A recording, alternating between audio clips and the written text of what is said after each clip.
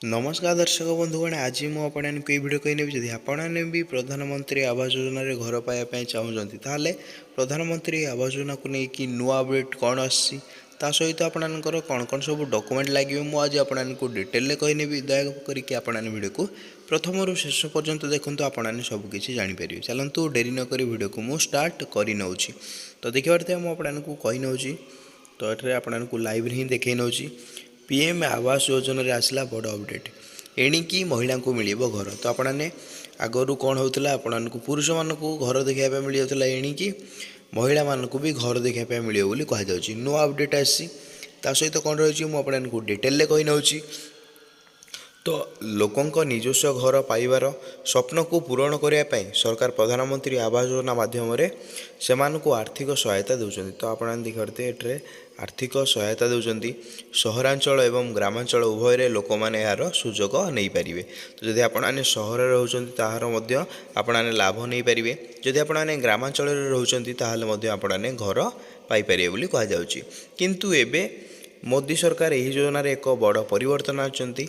तो आपणकर बहुत बड़ परिवर्तन आनते आपणकर मोदी सरकार एणिकी पुरुष नुहे महिला नाम घर किणवा पड़ो। तो आपने तो जापारे एणिकी आपने पुरुष नुहे महिला नाम घर किणापी पड़ो बोली कहते। सहित कौन कहते मुझे डिटेल कही नौ। तो आपने कौन करिया देखिए तेबे ही आपण योजना लाभ उठाई पारे बोली कहुच्छी। जदि आपने पुरुषों ना घर किणुचंती ताहले आपने लाभ उठे पारे ना। ये महिला मानकर ना जदि आपने घर किणुचंती ताहले आपने लाभ उठे पारे बोली कहते।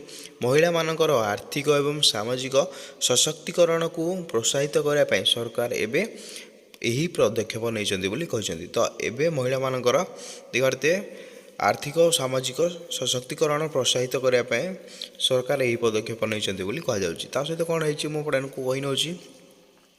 यह द्वारा महिला माने निज घरर मालिकाना पिपारी पारे और आत्मनिर्भरशील हो पारे बोली कहुच्छी।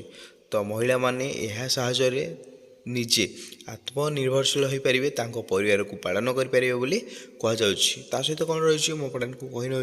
देखते आपणकर यूपी उत्तर प्रदेश सरकार नुआ नियम अनुजाई पीएम आवास योजना ग्रामीण एवं मुख्यमंत्री आवास योजना ग्रामीण नियम परिवर्तन कर। तो आपणकर केउठारे एबे चेंज हो जाइए आपणकर उत्तर प्रदेश ग्रामीण एवं मुख्यमंत्री आवास योजना ग्रामीण नियम परिवर्तन हो सारी। सहित कौन रही यह अधीन एवं राज्यर समस्त नुआ गृह केवल महिला नाम अनुमोदन कर। तो आपणकर उत्तर प्रदेश चेंज हो जाइए का ना महिला नाम आपने घर पाइपर बोली कहुच्छी। सहित कौन रही अपडेट मुझे कही नौ। यार अर्थ होउछि एबे जदि घर किणा जाए तेबे महिला नाम से रखा बाध्यतामूलक अटे। जदि आपने एबे घर किणवे ताहले आपणकर कौन महिला मानकर नाम रखा बाध्यतामूलक बोली कहुच्छी। केवल एतिकी नुहे जो पुरुष मानक नाम गृह मंजूरी हो सारी से नाम सहित एबे महिला नाम जोड़ा। तो आपने तो बुझीपारे पूर्वर कौन होता आपणकर पुरुष मानकर नाम दि जाऊला सामिल कराला, किंतु एबे ताहा चेंज होगी आपणकर पुरुष नाम परिवर्तित एबे महिला मानकर नाम दि जाए बोली कहुच्छी। सहित कौन रही मुझे कही नौ। डिटेल कहि आपने वीडियो को स्किप करेंगे ना। तो देखिए पीएम आवास योजना केंद्र सरकार 2015 मसीह आरंभ करते। तो आपने तो समस्त जानते आपणकर 2015 मसीह स्टार्ट हो जाए प्रधानमंत्री एटर आपणकर आवास योजना। सहित यार उद्देश्य हूँ गरीब एवं असहाय लोक पक्का घर दि। तो यार मूल लक्ष्य कौन रोचे जिते भी गरीब लोक अच्छा असहाय दूर करने सहित आपणकर दारिद्र्य दूर करने यही योजना लागू कर। सहित यह अधीन सरकार आर्थिक सहायता प्रदान करती। तो आपने तो समस्ते जानती आर्थिक सहायता सरकार प्रदान करती जहाद्वारा प्रत्येक व्यक्ति घर परिवार स्वप्न को पूरण हो पार। तो आपने तो जहाँ भी आपणकर स्वप्न अच्छी पूरण करने यहाँ सरकार लागू करते। सहित कौन रही मुझे कही नौ। यह अधीन सरकार आर्थिक सहायता प्रदान करती जहाद्वारा प्रत्येक व्यक्ति घर पाइबा स्वप्न को पूरण हो पार। तो आपण मन में भी किसी स्वप्न अच्छी घर करने नहीं ताहले आपने आर्थिक सहायता पाई तो आपने घर तैयारी करें बोली कहुच्छी। सहित कौन रही यही योजना को दुईटी भागरे विभक्त कराई। तो आपणकर यही योजना को केतोटी भागरे विभक्त कराई मुझे कही नौ। दुईटी भागरे विभक्त कराई। प्रथम होगला आपणकर प्रधानमंत्री आवास योजना ଗ୍ରାମୀଣ ତାପରେ ଦ୍ୱିତୀୟରେ ହେଇଗଲା ଆପଣଙ୍କର ପ୍ରଧାନମନ୍ତ୍ରୀ ଆବାସ ଯୋଜନା ସହରାଞ୍ଚଳ ଅନ୍ତର୍ଭୁକ୍ତ। ତ ଆପଣଙ୍କର ଜାଣିପାରିଲେ ଏହି ଯୋଜନାଟି ଆପଣଙ୍କ ଦୁଇଟି ଭାଗରେ ବିଭକ୍ତ ହୋଇଛି। ପ୍ରଥମ ହେଇଗଲା ପ୍ରଧାନମନ୍ତ୍ରୀ ଆବାସ ଯୋଜନା ଗ୍ରାମୀଣ ହେଇଗଲା, ଦ୍ୱିତୀୟ ହେଇଗଲା ପ୍ରଧାନମନ୍ତ୍ରୀ ଆବାସ ଯୋଜନା ସହରାଞ୍ଚଳ। ତ ଆପଣମାନେ କ୍ଲିୟର ହେଲେ। ତାପରେ ମୁଁ ଆପଣଙ୍କୁ କହିନେଉଛି ପ୍ରଧାନମନ୍ତ୍ରୀ ଆବାସ ଯୋଜନା ଅଧୀନରେ ଉପରୋକ୍ତ ପରିବର୍ତ୍ତନ କେବଳ ଉତ୍ତରପ୍ରଦେଶ ରାଜ୍ୟ ପାଇଁ ଲାଗୁ। ତ ଆପଣମାନେ ତ ଜାଣିପାରିଲେ ଆପଣଙ୍କର ଉତ୍ତରପ୍ରଦେଶରେ ଏହି ନିୟମ ଲାଗୁ ହୋଇସାରିଛି। ତା ସହିତ ବିଭିନ୍ନ ରାଜ୍ୟରେ ଭିନ୍ନ ଭିନ୍ନ ନିୟମ ପ୍ରଯୁଜ୍ୟ। ତ ଆପଣମାନେ ତ ଜାଣିପାରିଲେ ବିଭିନ୍ନ ରାଜ୍ୟରେ ଆପଣଙ୍କର ଭିନ୍ନ ଭିନ୍ନ ନିୟମ ପ୍ରଯୁଜ୍ୟ ବୋଲି କୁହାଯାଉଛି।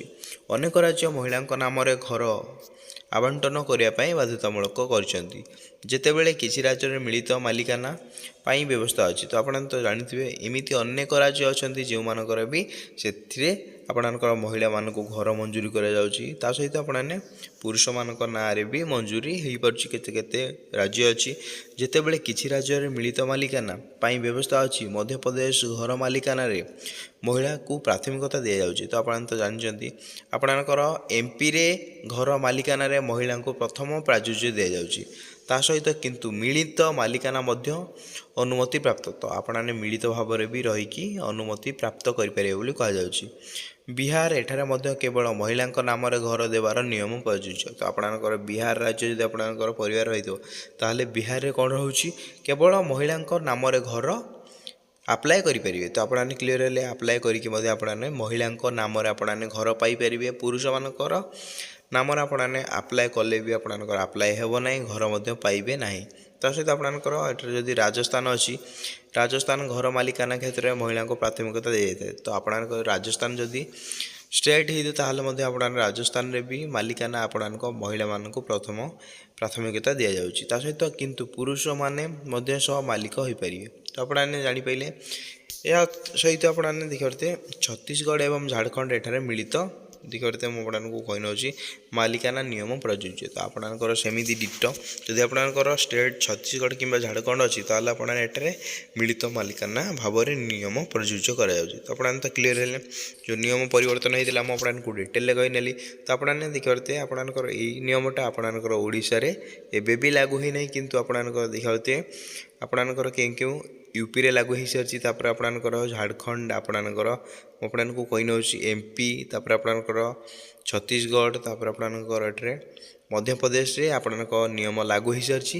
ଏବେ ଆପଣଙ୍କର ପୁରୁଷ ଘର ପାଇବା ପରିବର୍ତ୍ତେ ଏବେ କେଉଁମାନେ ନାରୀମାନେ ଘର ପାଇବେ, ଯେଉଁ ଆପଣଙ୍କର ଟଙ୍କା ନାରୀମାନଙ୍କ ଆକାଉଣ୍ଟକୁ ଆସିବ ବୋଲି କୁହାଯାଉଛି। ତ ଏହି ଥିଲା ଆପଣଙ୍କର ପ୍ରଧାନମନ୍ତ୍ରୀ ଆବାସ ଯୋଜନା ଗ୍ରାମୀଣ କିମ୍ବା ପ୍ରଧାନମନ୍ତ୍ରୀ ଆବାସ ଯୋଜନା ସହରାଞ୍ଚଳର ନୂଆ ନିୟମ। ଏବେ ବି ଆପଣଙ୍କ ଓଡ଼ିଶାରେ ଚେଞ୍ଜେସ୍ ହେଇନି। ଯେତେବେଳେ ଓଡ଼ିଶାରେ ଚେଞ୍ଜେସ୍ ହେଇଯିବ, ମୁଁ ଆପଣଙ୍କୁ ମୋ ଭିଡ଼ିଓ ମାଧ୍ୟମରେ ସର୍ବପ୍ରଥମରେ ଦେବା ପାଇଁ ଚେଷ୍ଟା କରିବି। ଯଦି ଆପଣଙ୍କୁ ଭିଡ଼ିଓଟି ଭଲ ଲାଗିଲା, ତାହେଲେ ଆପଣଙ୍କ ଘରେ ଭିଡ଼ିଓକୁ ଲାଇକ୍ କରିବେ। ଚ୍ୟାନେଲରେ ଆପଣମାନେ ନ ଆସିଲେ ଚ୍ୟାନେଲକୁ ସବସ୍କ୍ରାଇବ୍ କରିକି ବେଲ୍ ଆଇକନ୍କୁ ଅଲ୍ ପେ ପ୍ରେସ୍ କରିଦେବେ। ଭିଡ଼ିଓଟି ମୁଁ ଏଇଠି ଏଣ୍ଡ କରିନେଉଛି। ଜୟ ଜଗନ୍ନାଥ।